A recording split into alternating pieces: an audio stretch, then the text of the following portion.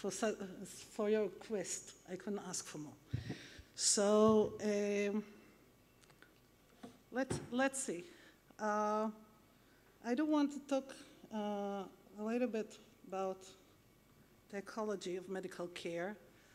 And this was published 61 years ago. And they took 1,000 random people. They asked them, did you have any symptoms or signs or any medical issue in the last month? And as you can see, 75% of the people said we have something. Of them, about 1/3 approach medical assistance. So we can see that this is not, most of things are self-limited, so you are not approaching anybody, but still, most of the people approach some medical care, but you can see that 95% of them got into the community care. So all this beautiful technology that we have seen are approaching a very small sample of a patient. So the other thing is that, we all know this heavily regulated way for most of any new medication, device, whatsoever. This is a via dolorosa to get something new into common practice. And we all know this, and we have certain rules how to do it and how to change it. So I want to show you what happens when we introduce technology. It doesn't work the same way, but this kind of there, we all know that there are some things that cannot be changed. I mean, my best ability is my feature. My best feature is the fact that I can talk to the patient, I can hear him, we can make a shared decision, we can, I don't know, he can cry over my shoulder.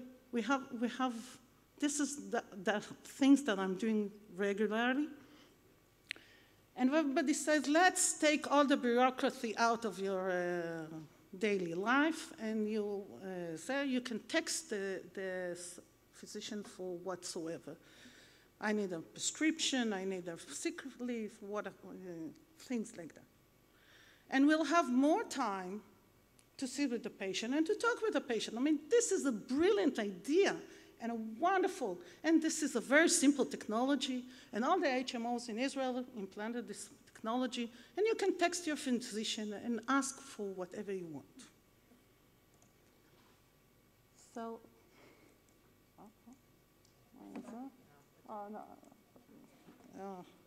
previous. So this is what happens when you implant technology and you don't think about all the consequences in ahead. You go to sleep and you have a sweet dreams and you get up with a nightmare, okay? So first of all, the basic rule in medicine says that supply-induced demand. If we have an opportunity to contact the physician, why shouldn't we use it, okay? So it's become to see that nowadays, over 1/3 of the interaction with the family physicians are text messages, okay? This is bothering, this is frustrating, this causes burnout, anything that we don't want it to happen, happens. We get such kind of messages. I have chest pain for the last 2 days. They are pressing there and I can hardly breathe.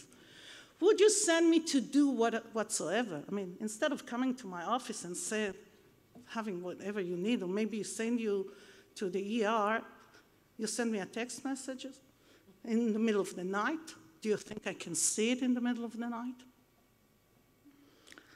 And what's happened, which was even worse than that, is that we have seen changes within the visits.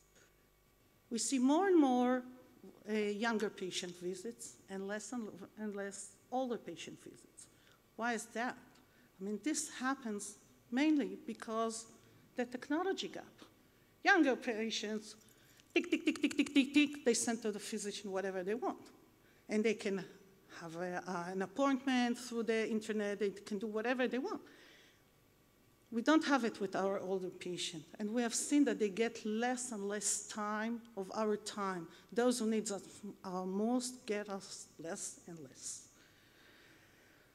So when we want to implant a new technology, we have to use the very basic rules that we always use. Test it, study it, have regulated it, retest it, restudy it. We have to do it again and again, otherwise we'll get a disaster instead of whatever we want to do. And especially when we're talking about family medicine, where it has we deal with a large population, then large population means larger risks. So we had a council, we have a council meeting about technology. We sat together and we set up the rules that should be working, at least for us. You need to take care of what really matters for the patient and what really matters for the physician. Not having, I have an app and now I want to see what can I do with it, okay? We should keep the physician-patient interaction. We must remain human. We must remain this contact because this is my best feature. So don't spoil it. Where is he? We have to keep the autonomy of the physician. Sometimes it's suitable to use the technology and sometimes it's not. So we have to keep the autonomy to decide whether we use the technology and whether we don't. And of course, we must keep ethics because we have to keep equity, we have to keep equality, equal service to everybody. And I think the best way to put it is nothing about us without us. Don't make anything for us without having us with you. Because if you want to have a win-win deal, that means that we're working together. We have a large group of enthusiastic family physicians who would be happy to help you, to work with you, and to do it better for our patients. Thank you.